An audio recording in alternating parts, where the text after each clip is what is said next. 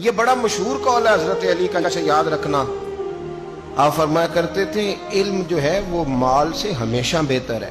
ایک شخص نے کہا حضور تھوڑی سی بات کھول دیں، تو آپ فرمانے لگے مال تو فرعون کی وراثت ہے اور علم نبیوں کی وراثت ہے۔ اور آپ فرمانے لگے مال تو تقسیم کرنے سے کم ہوتا ہے، علم کو بانٹتے جانا یہ بڑھتا جائے گا۔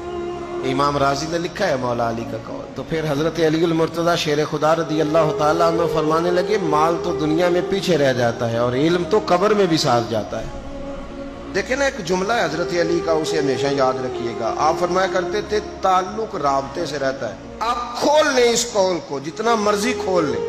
آپ فرمایا کرتے تھے رابطہ رہے تو بیگانے بھی اپنے ہو جاتے ہیں، اور رابطہ نہ رہے تو اپنے بھی بیگانے ہو جاتے ہیں۔ دیکھیں نا، بہت سارے لوگوں کی دوستیاں لگتی ہیں، وہ اتنی گہری ہوتی ہیں کہ رشتہ داریوں میں بدل جاتی ہیں، لیکن بہت سارے رشتہ دار ہیں آپ ملنا چھوڑ دیں ان سے تو گیا نا تعلق۔ فرماتے تھے تعلق قائم رہتا ہے رابطے سے، رابطہ رکھو گے تو تعلق رہے گا، ورنہ گہرے رشتے بھی۔ یہ میرے پاس جو کتاب میرے ہاتھ میں نا، یہ مصنف ابن ابی شیبہ ہے، یہ امام بخاری کے استاد کی کتاب ہے۔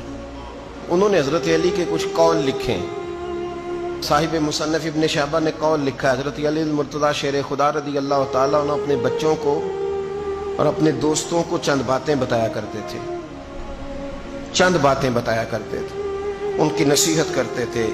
میرا دل کرتا ہے بڑی آنکھیں کھول کے، دل کھول کے یہ باتیں سنیں۔ یہ اس شخص کی باتیں ہیں جنہیں میرے نبی نے کہا ہے کہ یہ حکمت کے شہر کا دروازہ ہے، آؤ ذرا اس دروازے کے قریب جائے۔